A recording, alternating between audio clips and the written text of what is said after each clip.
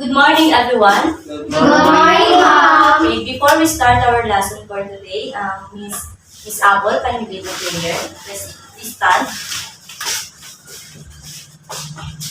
In the name of the Father, the Son, and the Holy Spirit. Lord, i-guide mo po kami sa gagawin namin ngayon, O Lord God. Ikaw na po bahala mag-guide sa teacher namin ngayon. At Lord, sorry sa mga nagawa namin kasalanan ngayon. Ikaw na po bahala sa amin. In the name of the Father, the Son, and the Holy Spirit. Amen. Amen. So, before kayo mag-upo, pag-ayos muna ng inyong mga upuan at pag-iulot ng mga basura. Okay? So, it's now, check your attendance. May I know who is absent for today? No, ma'am. Very good.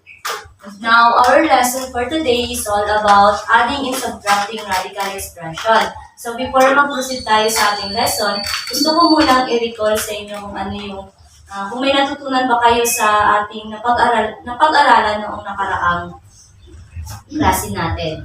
May gagawin muna kayo, which is, isa-isa kayo magpunta dito sa harap, then kukunin niyo itong mga name ng parts ng radical at ilalagay niyo kung saang part ng radical expression siya. Okay, so, kanino tayo mag-uumpisa? Okay, kay Miss Hilary.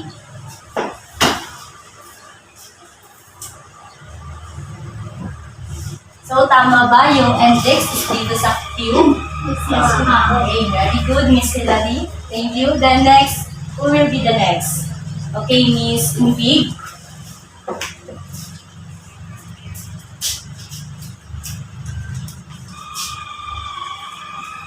Tama ba na radicand is yung 7? Okay, very good. Next is, who will be the next? Okay. Okay, Feranil, ikaw next.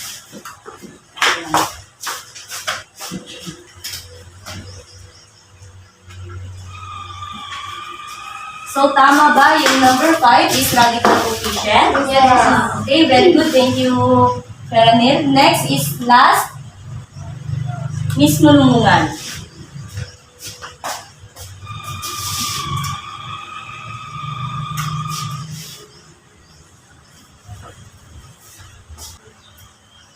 Okay. So, I hope na lahat kayo is natutunan nyo kung ano yung lesson natin nakaraang araw.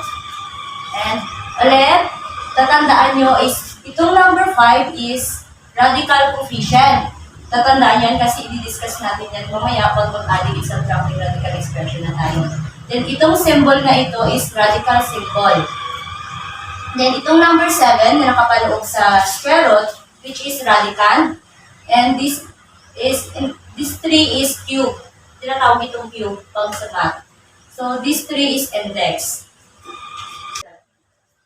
Okay, and I hope na nag-gets nyo na yung parts ng radical, which is mag-proceed na tayo sa radical expression, which is aalamin muna natin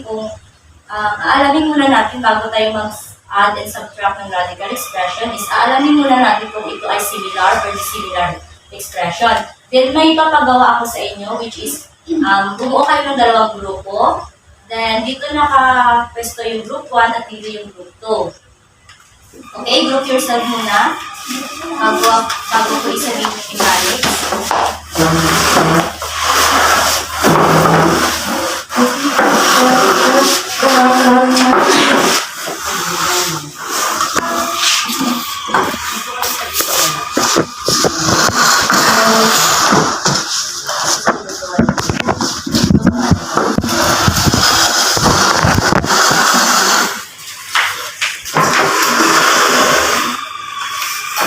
So yung gagawin nyo ngayon is, meron akong 4 na flashcard, which is may nakalagay sa bawat flashcard na radical expression.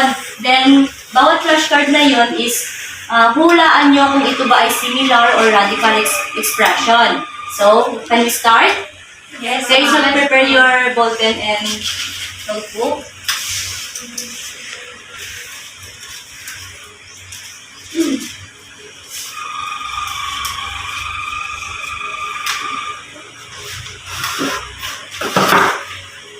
So the first radical expression is 4 square root of 2, then 4 square root of 3. It is similar or dissimilar radicals. Isulat nyo lang muna, tapos i-check natin mamaya.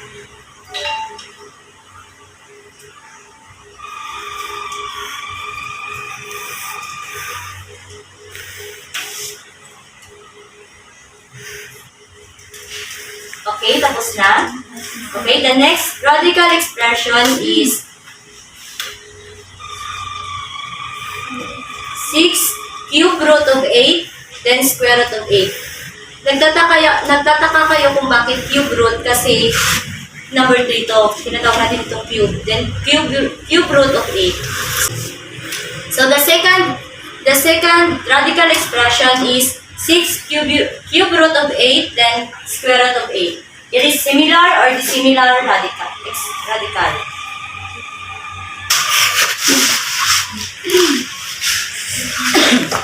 Okay, tapos na. So the third radical expression is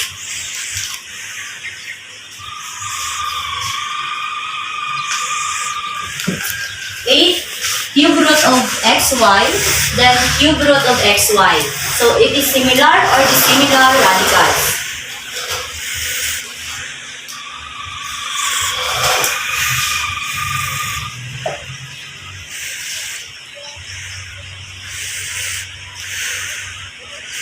Yan, tapos na.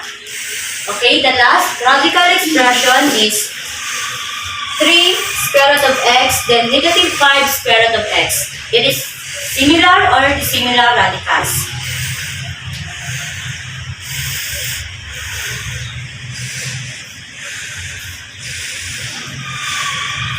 Okay, tapos na.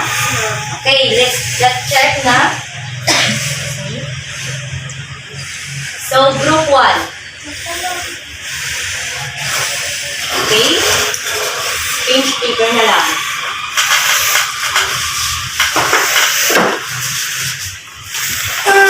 Okay. So, 4 square root of 2, then 4 square root of 3. It is similar or dissimilar? Huh? Similar. Okay, very good. Number 1 radical expression is dissimilar radicals. Which is, tatandaan nyo, kapag sinabing dissimilar radicals, is hindi magkapareha yung radical nila. Tatandaan niyo yan, kapag dissimilar, hindi magkapareha yung radical.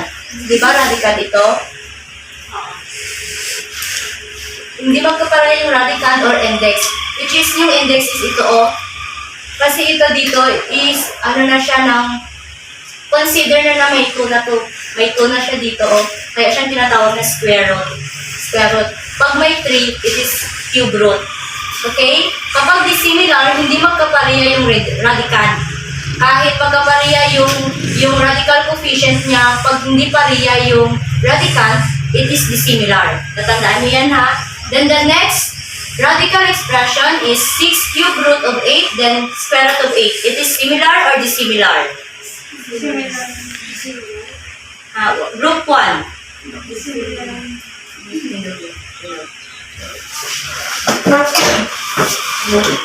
It is similar or dissimilar? Dissimilar. Group 2. It is similar or dissimilar? Dissimilar. Very good. Kasi, kaya siya naging dissimilar kasi yung dito is may cube root, and yung dito is square root. Kasi pag isa rin sa rule ng adding and subtracting radical expression is dapat pagkapareha rin yung kanilang index and pagkapareha rin yung kanilang radical. Tandaan niyo yan. Pero pag walang cube ito, it is similar. So very good, it is dissimilar. Then the next radical expression is, okay, group 2. It is dissimilar or similar? Similar. Group 1. Similar. Okay, very good, similar. Because, kaya siya tinawag na similar kasi magka-same yung kanilang index. O, meron siyang cube dito, meron siyang cube dito. Then magka-same rin yung kanilang radicand. Tatandaan niyo yan. Kaya siya tinawag na similar kasi magkapareha yung index at radicand. Kahit hindi magkapareha yung kanilang radical coefficient, pagpareha yung kanilang index and radicand, it is similar radicals. Okay, intindihan nyo? Then the last radical expression is, okay, group 1. What is the answer? Similar or radical? Ay, similar or dissimilar? Similar. Dissimilar. Group 2. Similar with. So the final answer is similar. So nagtataka kayo kung bakit siya similar, which is pareha yung kanilang radicand and pareha yung kanilang index. It is considered na may 2 na dito. So pareha yung kanilang radicand and kahit di magkapareha yung kanilang radical coefficient, basta pareha lang yung kanilang radicand and index, it is similar. Tandaan niyo yan. We will tackle it later. Okay, thank you. Who will get the highest point? Na group 1. Group 1. Group 1. What is the point of group 1? 4, ma'am. Oh, very good. Palakpakan natin yung group 1. What is the score of group 2? 2. Okay. Okay, arrange na. Ganito na rin yung gawin nyo dito o magkatabi yung dalawang member dito. Tubang na lang kami.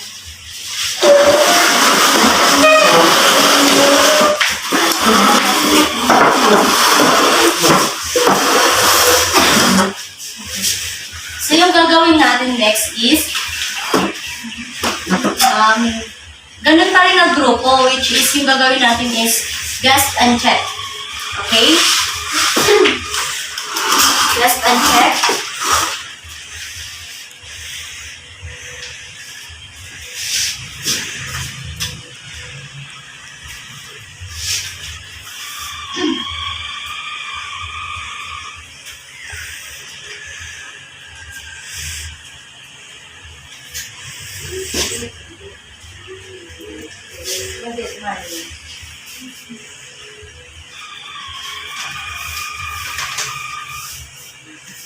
Okay, ito yung gagawin natin. Same group pa rin.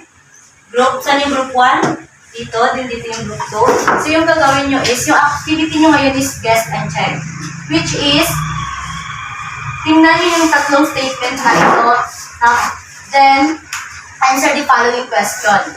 So I will give you 2 minutes. Then, i-answer nyo muna sa notebook nyo. Then, isa-isa kayo mag-explain. Okay?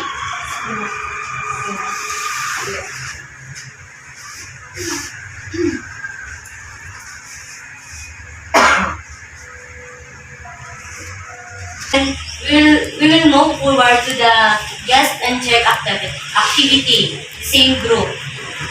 Okay, tapos na kayo? Okay. So the first radical expression is square root of 5 plus square root of 3 is equals to square root of 8. Then the next radical expression is square root of 5 plus square root of 5 is equals to 2 square root of 10. Then the last radical expression is 4 square root of 7 minus 2 square root of 7 is equals to 2 square root of 7.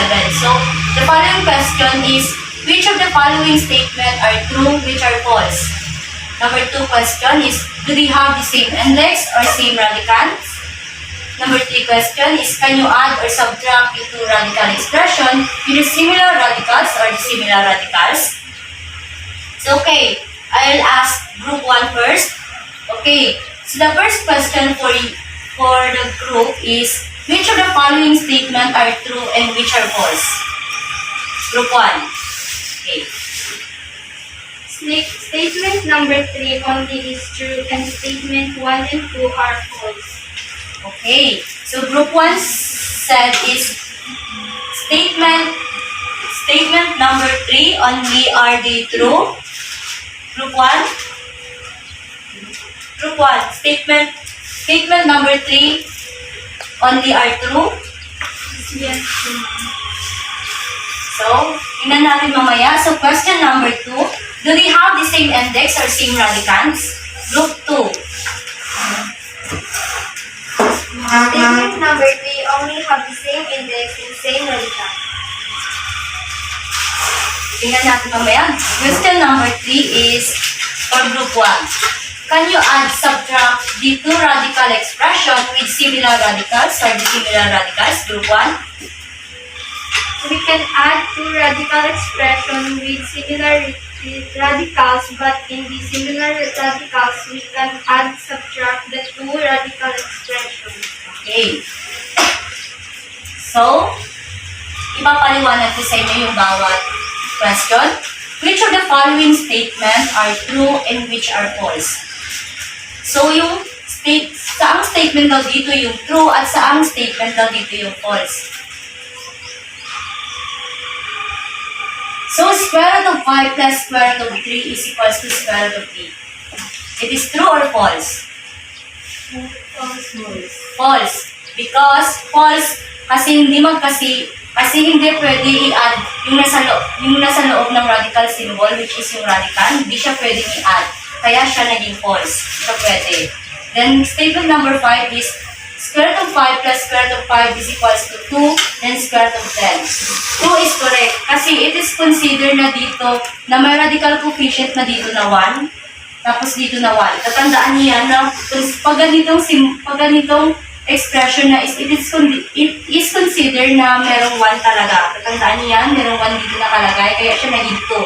Kasi 1 plus 1 is equals to 2. Then dito naman sa radicand, hindi pwedeng i-add yung nasa loob ng yung radicand kasi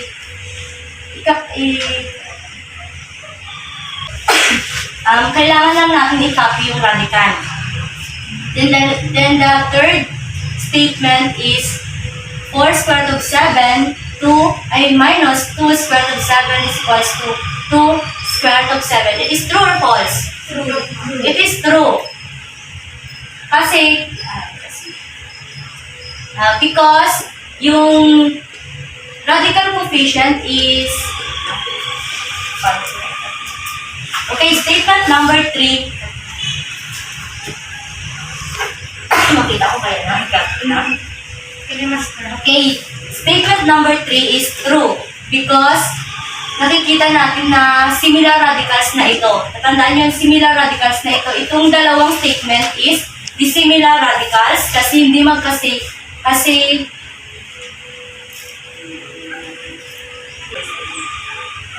okay, yung statement number 3 is true because magkasame na yung kanilang radicand. Tatandaan yun, pag magkasame na yung radicand and index nila is kakopy na lang natin kung same sila. Then yung gagawin na lang natin is isa-subtract na lang natin yung radical coefficient which is yung 4 minus 2. Then 4 minus 2 is 2. Then i-copy na lang natin kasi magkasame yung kanilang radicand, i-copy natin yung square root of 7. Kaya siya naging true or naging similar radicals. Okay? So, do they have the same index or same radicals? Magka-same radicals ba sila pag same index? Anong statement yung may same radical and same index? Group 2.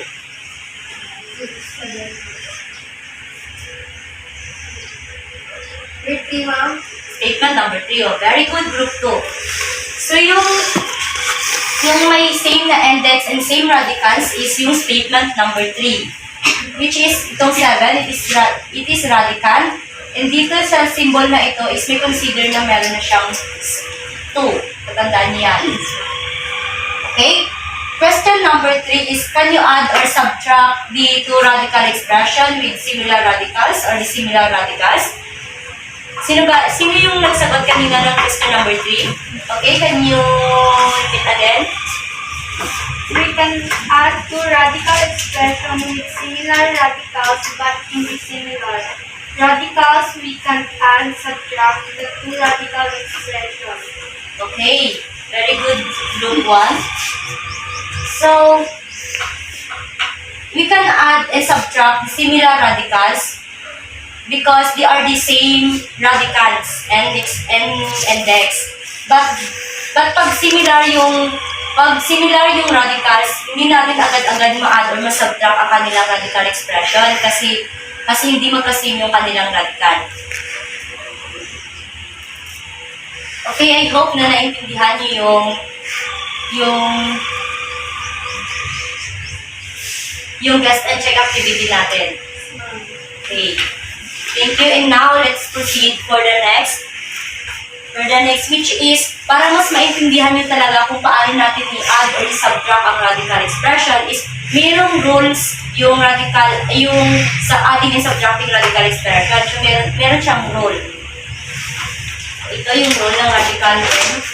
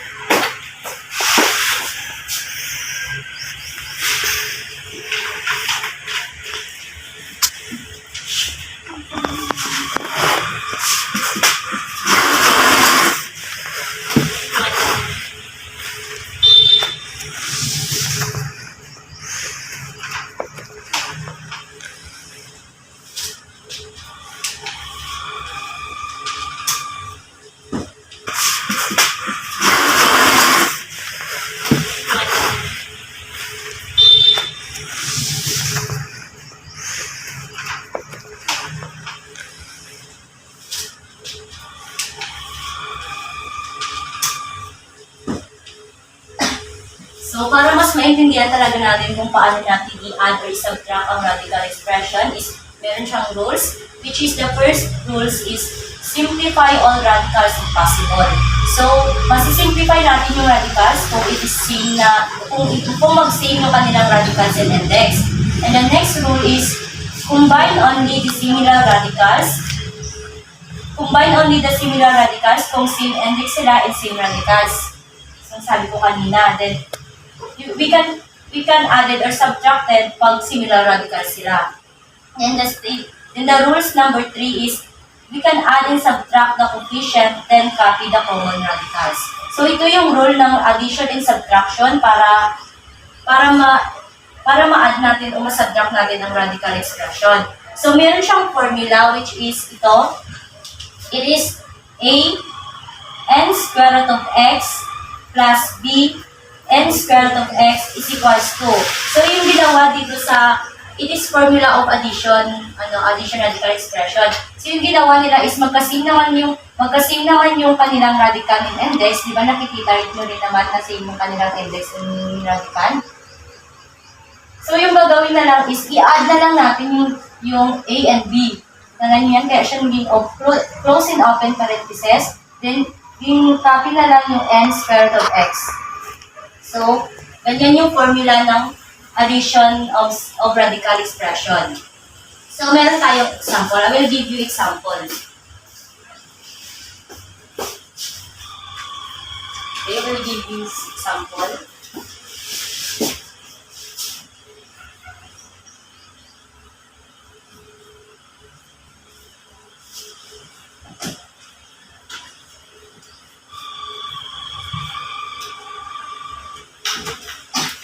So, again, kung natatandaan nyo kanina yung activity natin ng similar or dissimilar radicals. So, sa tingin nyo, ano ito? Similar or dissimilar? Similar or dissimilar? Similar. Kasi hindi magkasame yung kanilang radical. So, yung gagawin natin is para maging similar radicals ito is merong, ikakopy natin yung 4 square root of 2. Then, plus, 18 is, so, yung 18 is, pwede natin ma-factor itong 18. Which is, yung factor ng 18 is 9 times 2. 9 times 2 para maging 18. Okay, so yung gagawin natin is square root of 9 times 2. Then, yung next na gagawin natin is copy the 4 square root of 2. Then, plus 9 is, pwede natin ma-square root yung 9. So, what is square root of 9 is 3. Square root of 9 is 3. So, pag nakuha na natin yung square root of 9, pwede na natin siyang ilabas. So, ilalabas natin itong 3. Then, yung maiiwan is square root of 2. Then, copy the square root of 2. So, nakikita niyo dito sa dalawang expression na ito is magkasing na yung kanilang radical. Kasing na yung kanilang radical. So, yung gagawin na lang natin is i-add na lang natin yung 4 plus 3. So, ilalagay natin yung 4 plus 3. Then, i-close open parenthesis natin. Then, copy the same radical, which is the square root of 2. So, 4 plus 3. 7. So, then copy the square root of 2. So, 7 square root of 2 is the final answer. Okay, another example. I will give you another example.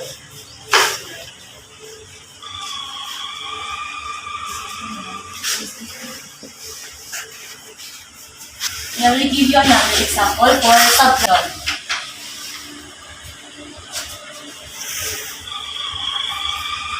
6 square root of 3 minus 4 square root of 3.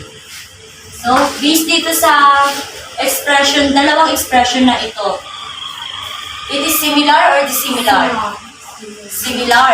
Kasi magka-same na yung kanilang radical and index. So, yung gagawin na lang natin is subtract na lang natin yung 6 sa 4. Then, copy the 6. 6 minus 4. Then, close open parenthesis natin. Then, copy the square root of 3. Then, copy the square root of 3. Then, 6 minus 4 is equals to 2. Then, copy the square root of 3. 2 square root of 3 is the final answer. Okay, na-gets nyo? Yes, ma'am. Okay, very good.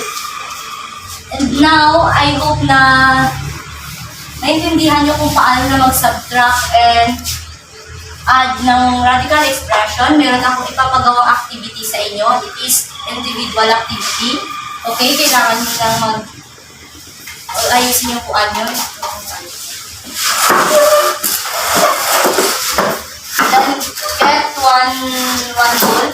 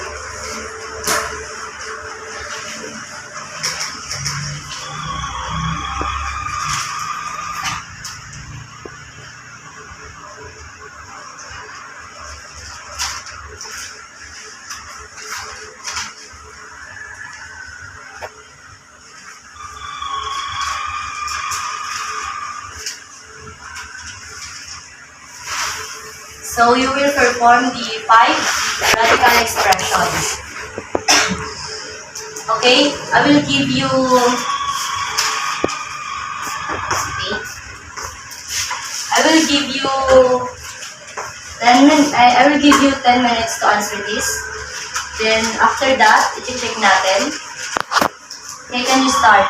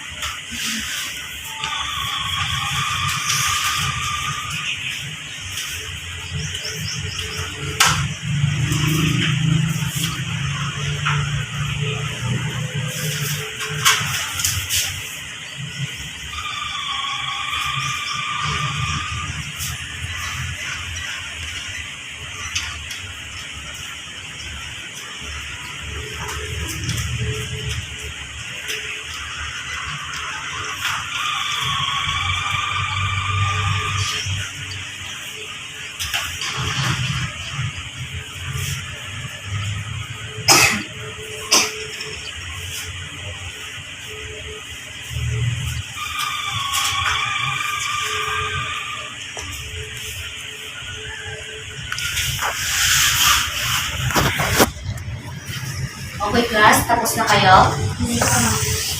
Okay.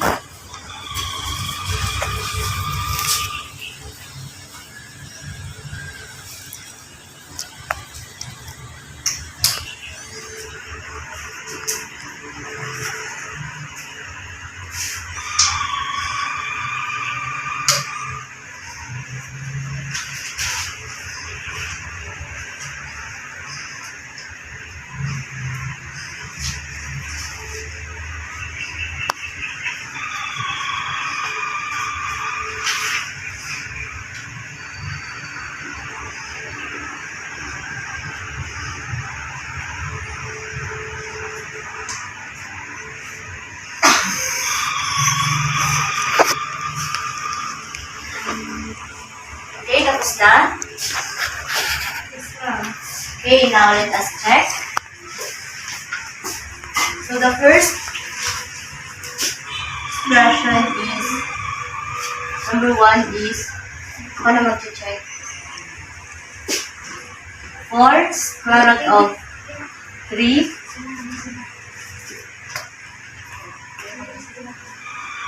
then the first is 4 square root of 3 minus 2 square root of 3. So, dito sa dalawang expression na ito, it is similar or dissimilar? What? Similar. Kasi magka-same yung kanilang radican. Tandaan niyo yan, magka-same yung kanilang radican. It is similar radicals. So sa case na ito is alam na natin na same na yung kanilang radicand. So yung gagawin na lang natin is isa-subtract na lang natin yung 4 minus 2. Okay, 4 minus 2, then copy the square root of 3.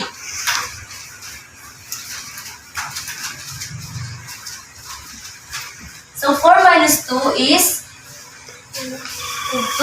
Then copy the square root of 3. So 2 square root of 3 is the final answer. Okay, sugatin. Okay, so 2 square root of 3 is the final answer. So 4 minus 2 is 2, then copy the square root of 3. So 2 square root of 3 is the final answer. So who got the correct answer? Okay, very good. Then now let's proceed to number 2. Who will volunteer to answer number 2? Okay, Grace and me. Graisa.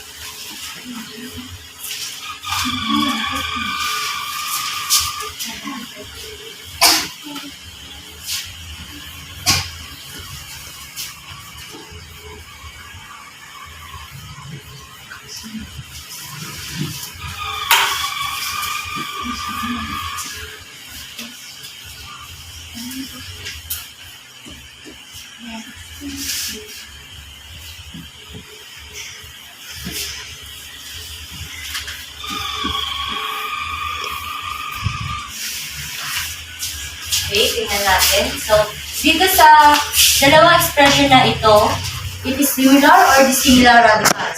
Similar. What? Similar. Similar. Natandaan nyo kasi magkasame yung kanilang radical. Kita nyo, so, square root of x and square root of x. So, yung ginawa ni Miss Impig is very good Miss Impig kasi kinonsider niya na yung square root of x is meron talaga siyang radical coefficient na 1. So, kaya nilagay niya yung 1. So, yung ginawa ni Miss Impig is it is similar radicals. Kaya kinapin niya na lang yung square root of x, then in-add niya yung 4 plus 1. So, 4 plus 1 is 5. Then, copy the square root of x. So, 5 square root of x is the final answer. Okay? Number 3.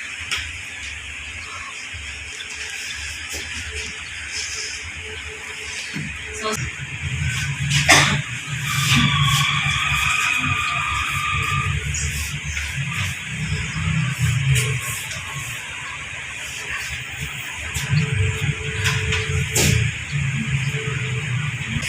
then let's proceed for number 3. Sino ang sasagot sa number 3? Okay, Miss Munumuan.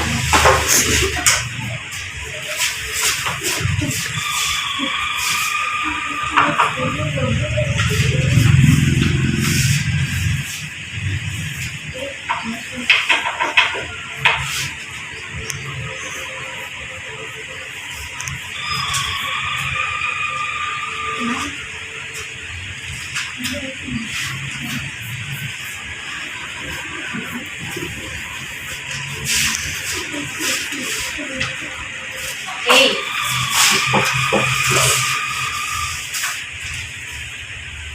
So the problem number 3 is square root of 16 plus square root of 25. So dito sa expression na ito, it is similar or dissimilar radicals? It is dissimilar kasi hindi magka-same yung kanilang radical. They are different radical. So yung gagawin na lang natin is, hahanapin natin yung square root ng 16, which is, what is square root of 16? 4. So square root of 16 is 4. So then copy the 4. Then what is the square root of 25? 5. Then plus 5. So 4 plus 5 is equals to 9. So 9 is the final answer. Okay? Very good, Miss Munumuan. Then So, sino ang sasagot again sa number 4? Okay, Miss Dotilia.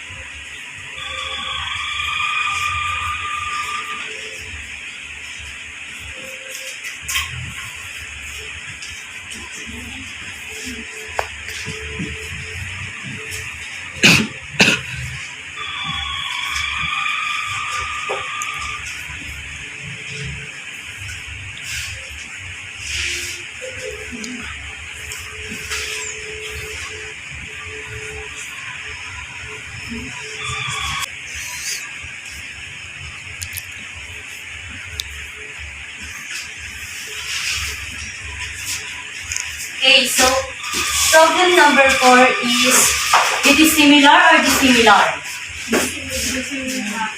It is dissimilar kasi hindi magka-same yung kanilang radical. They are the same index, but they are not the same radical. So yung gagawin natin is, ipa-factor muna natin yung 12.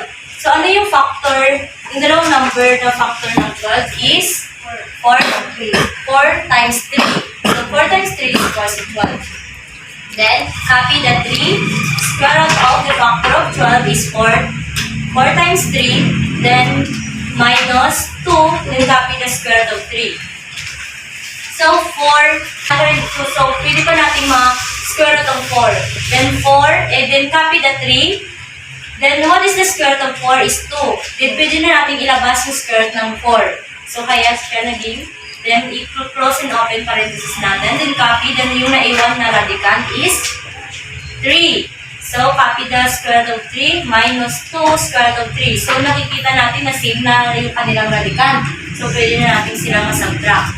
Then, yung una muna natin gagawin is, multiply muna natin yung 3 times 2, which is itong 6. Then, copy the 2, which is 6 minus 3. Then, the same radical is, copy na lang natin yung same radical, which is square root of 3. So, 6 minus 2 is 4. Then, copy the square root of 3. So, very good, Miss Lutelia. Okay.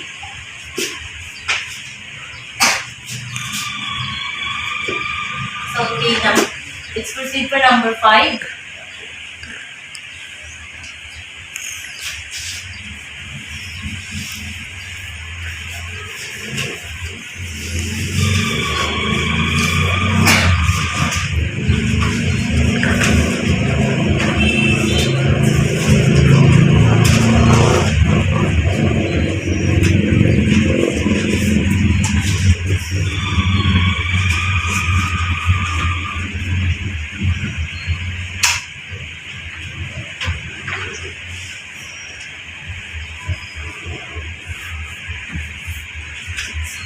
Then number 5.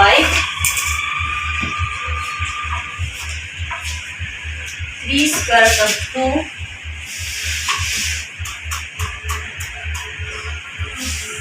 plus 18.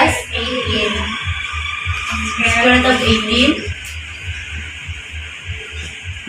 So this expression, it is similar or dissimilar? Dissimilar. It is dissimilar kasi hindi sila magka-same ng radicals. So yung gagawin natin is, hahanapin natin yung factor ng 18. So ano kaya yung factor ng 18? So ikakapit muna natin yung 3 square root of 2 plus, what is the factor of 18? 9 times 2. Oh, very good. Square root of 9 times 2. Then, copy the 3 square root of 2 plus 9 is a perfect square. So, which is meron siyang square root. So, what is the square root of 9? 3. Very good. 3. Then, copy yung naiwan doon sa loob ng square root, which is 2. Then, square root of 2. So, Sa case na ito is magkasame na yung kanilang radical. So, it is similar radicals, which is i-add na lang natin yung 3 plus 3. 3 plus 3. 6, then copy the square root of 2. So, 6 square root of 2 is the final answer of number 5. Okay, gets nyo? Yes. Okay, very good. Yeah. Okay, who got a perfect score? Okay, Miss, very good, Miss Simply. And who got 4 score? No, ma'am. Okay, who got 3? Okay, very good, Miss Rodria. Then, who got 2? Okay, Miss Munungan. And who got 1? Okay, Miss Palermo.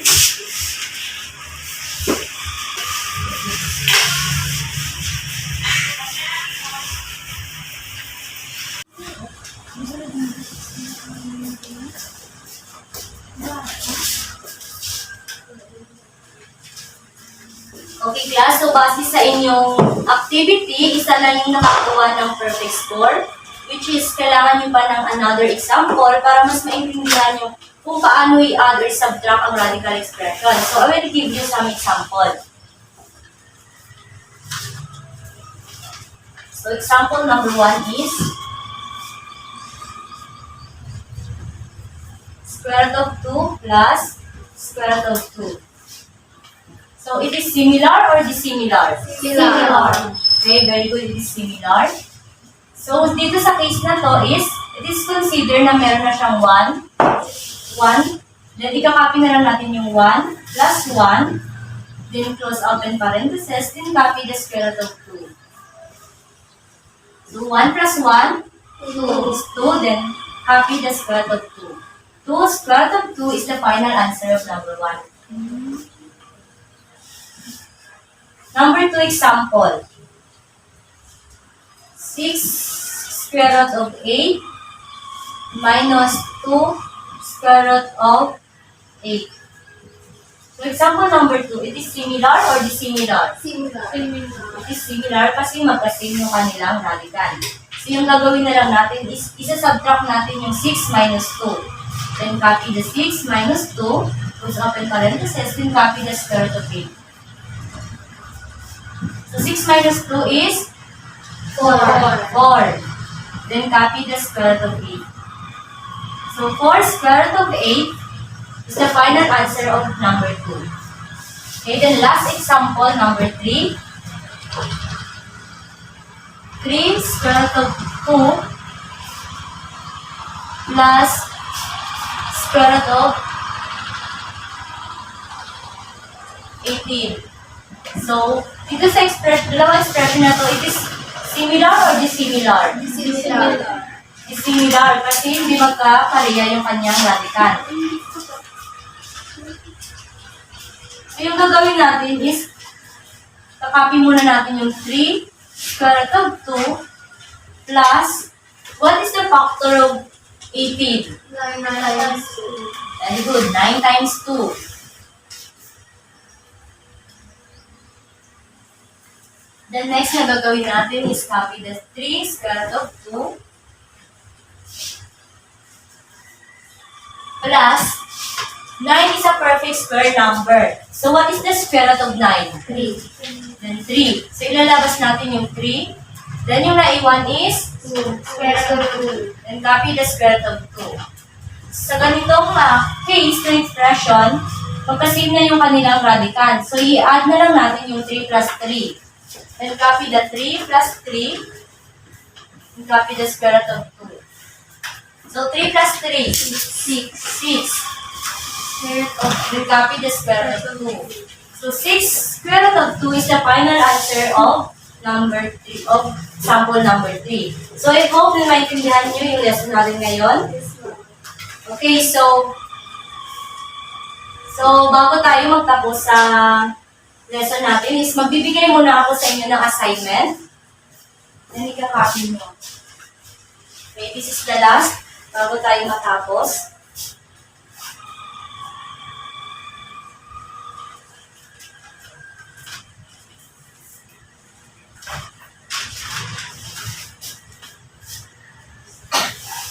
Okay, then, copy yung assignment.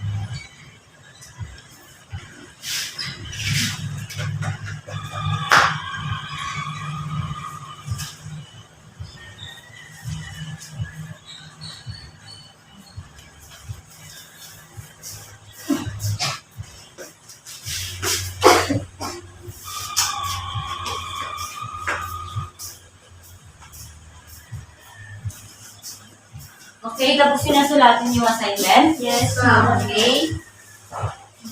So, I hope na marami kayong natutunan sa ating aralin ngayon. And okay, dito na nagtatapos ang ating klase for today. And dito na nagtatapos ang ating klase. Okay, class? Goodbye, everyone. Goodbye, ma'am. Thank you. Thank you. Diyan na kayo umuwi.